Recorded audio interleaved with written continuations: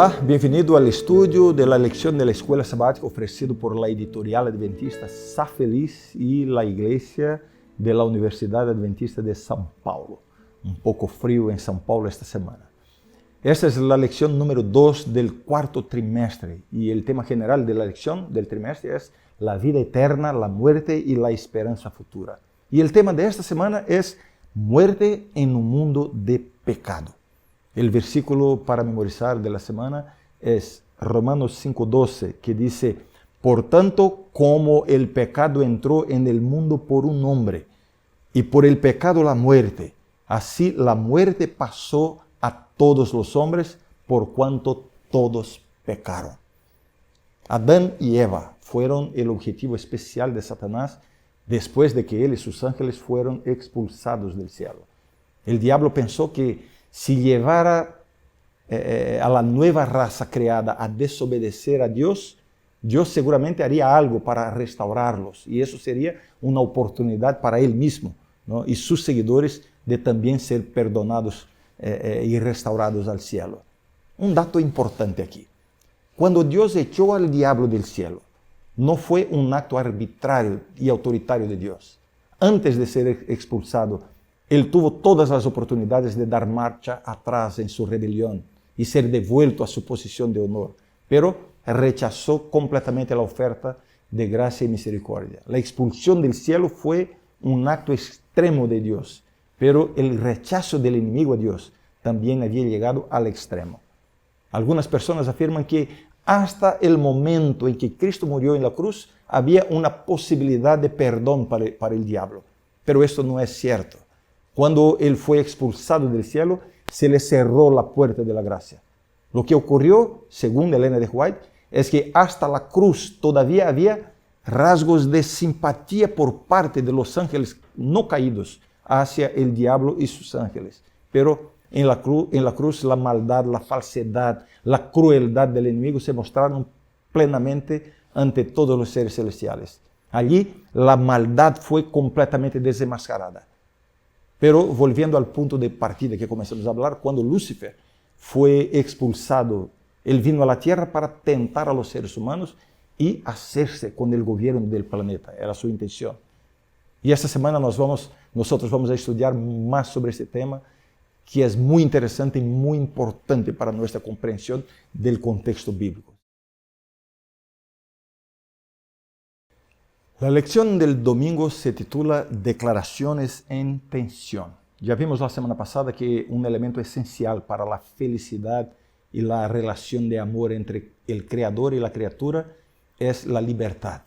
El amor solo tiene sentido donde hay libertad para no amar.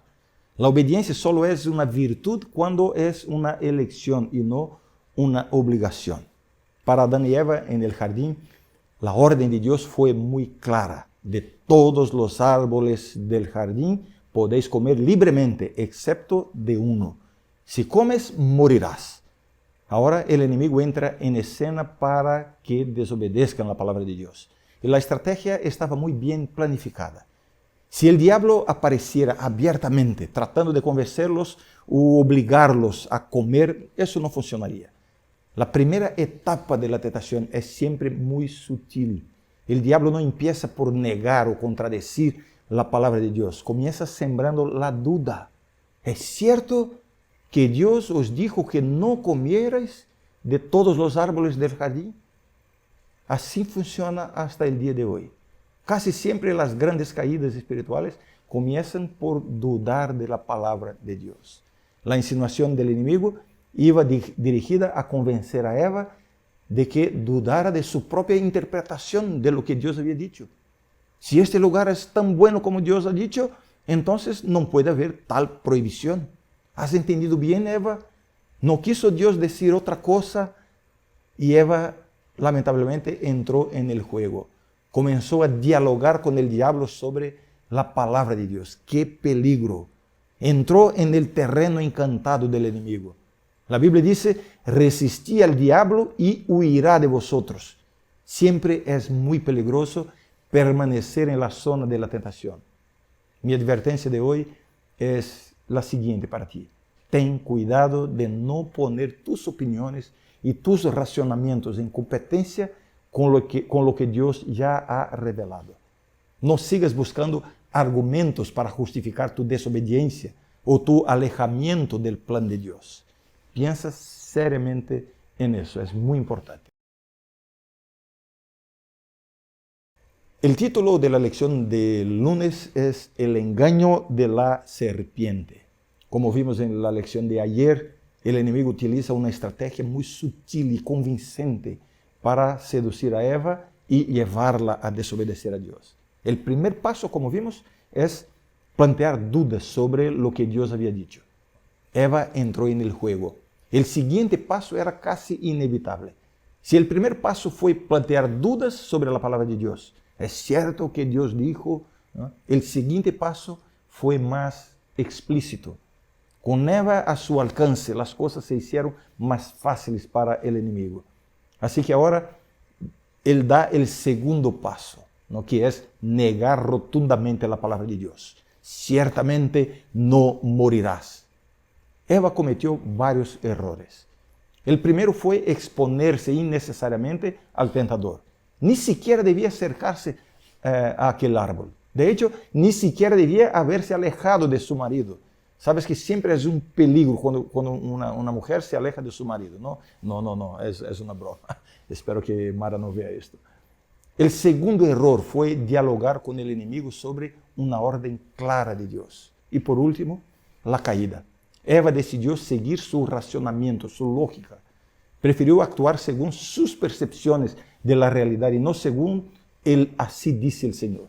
Esta actitud de Eva es cada vez más imitada en nuestros días. Lo que pienso, lo que me parece, mi forma de ver las cosas, según mi experiencia, etc. Todas estas son formas disfrazadas de negar las claras directrices de Dios para nuestras vidas. Si seguimos este camino, la caída será casi inevitable. Eva comenzó a ver e interpretar la realidad de forma distorsionada. Lo que había sido fuertemente prohibido por Dios, de repente se volvió interesante y atractivo para Eva. Vio que el árbol era bueno para comer, agradable a la vista, deseable para dar entendimiento, y así comió. Fíjate en lo que ocurre a la mente humana cuando se aleja de los caminos de Dios. Lo que es malo parece bueno, lo que está mal parece estar bien, lo que trae la muerte parece dar sentido a la vida. Piensa seriamente en esto y comprueba, verifica si tú también no estás siendo una víctima, ¿no? Una víctima más de los engaños del enemigo de Dios. Mucho cuidado. El título de la lección del martes es No moriréis. Dios dijo a Adán y Eva, refiriéndose al árbol prohibido, ¿no? Si coméis, moriréis. Hay aquí una realidad. El ser humano no es inmortal por naturaleza. La vida eterna es algo que se deriva de la vida que solo pertenece a Dios.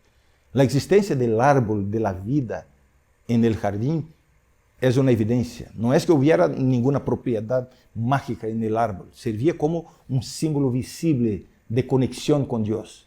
Asimismo, el árbol de la ciencia del bien y del mal no tenía propiedades venenosas.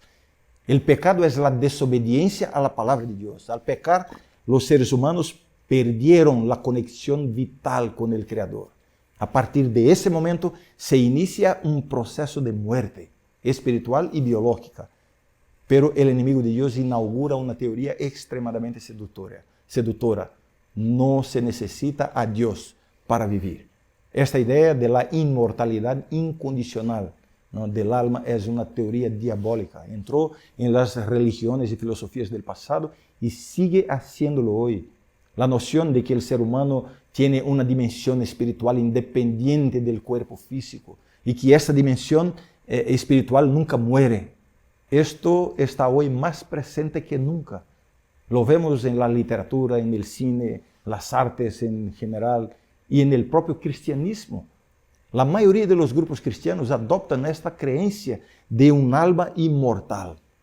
Es cierto que hay pasajes de la Biblia que dan cabida a esta interpretación, pero te insto a que hagas un estudio más profundo de estos textos bíblicos. Verás que este no es el significado. Hay varias teorías en torno a esta idea, ¿no? Y cada una de estas teorías tiene implicaciones devastadoras para nuestra experiencia con Dios.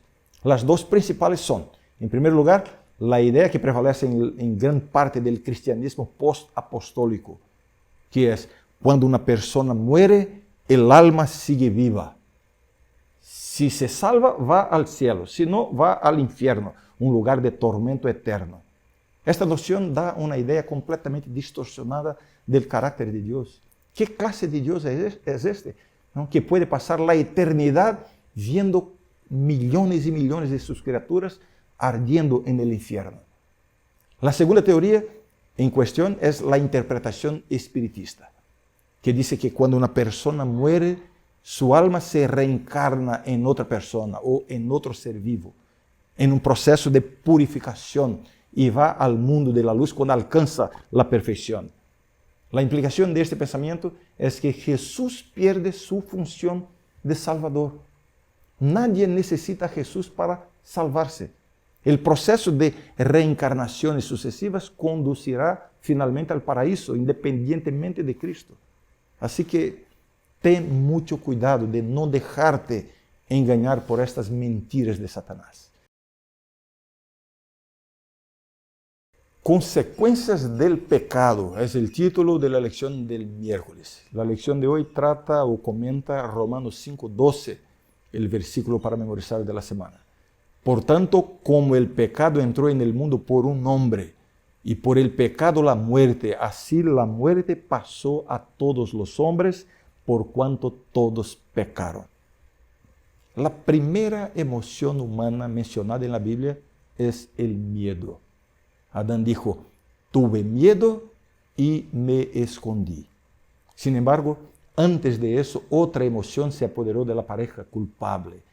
Aunque no se menciona explícitamente, Adán y Eva sintieron vergüenza cuando se dieron cuenta de que estaban desnudos. Este fue el comienzo de una larga historia que ha durado hasta hoy, ¿no? Una historia de dolor, de sufrimiento, miedo, vergüenza, degradación. La pareja no tenía idea del alcance de su acto. Ahora todo había cambiado. La naturaleza comienza a demostrar los resultados del pecado. La muerte entró en la rutina visible del mundo creado. Los animales y los vegetales comenzaron a morir y Adán y Eva sufrieron terriblemente por ello. Desde la primera desobediencia humana se estableció en el ser humano una naturaleza pecaminosa, una tendencia natural a alejarse de Dios. Y el apóstol Pablo expresa esa triste realidad con las palabras del versículo que leí, ¿no? Por tanto, como el pecado entró en el mundo por un hombre y la muerte por el pecado, así la muerte pasó a todos los hombres, por cuanto todos pecaron. Todos fueron inmergidos en esta condición de pecadores. Pero en que pese a esa triste realidad, Dios no nos abandonó a nuestra suerte. Esto es lo que nos motiva y nos llena de esperanza, ¿no? Vivimos en un mundo problemático, lleno de sufrimiento, pero no nos desanimamos, porque tenemos la promesa de la redención eterna en Cristo.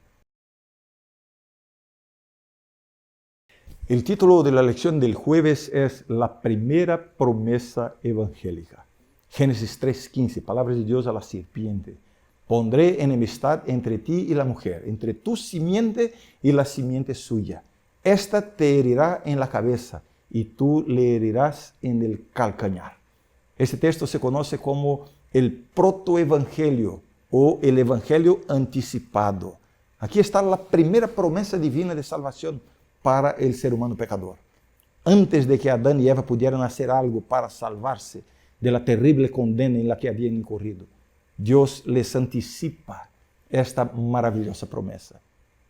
En la caída las cosas suceden en un orden, ¿no? Y en la promesa de restauración Dios invierte el orden.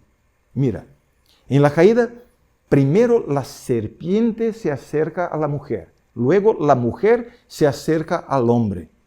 Así que Dios invierte el orden, acercándose al hombre y luego a la mujer y finalmente habla a la serpiente. Y cuando se dirige a los tres, comienza con la serpiente pasa a la mujer y termina con el hombre. La maldición sobre la serpiente incluye su destrucción final por el descendiente de la mujer, que es Cristo. Y esta enemistad fue instigada por Dios. La serpiente fue el instrumento para la caída de la mujer y a su vez la mujer acabará destruyendo a la serpiente a través de su descendencia, Jesús.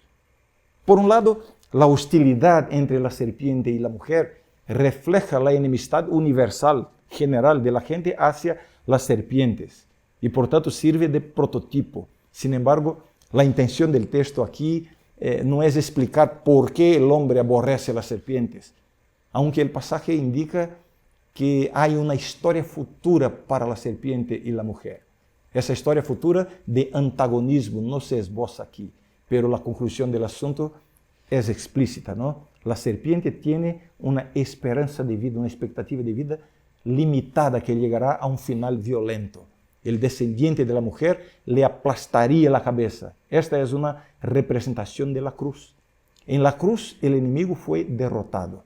Dios derrotó al enemigo con el arma del enemigo, la muerte. Alabado sea el Señor por eso, porque el Señor es victorioso sobre el enemigo y sobre la muerte. Que el Señor te bendiga en ese día. Un fuerte abrazo. Nos vemos mañana. Adiós.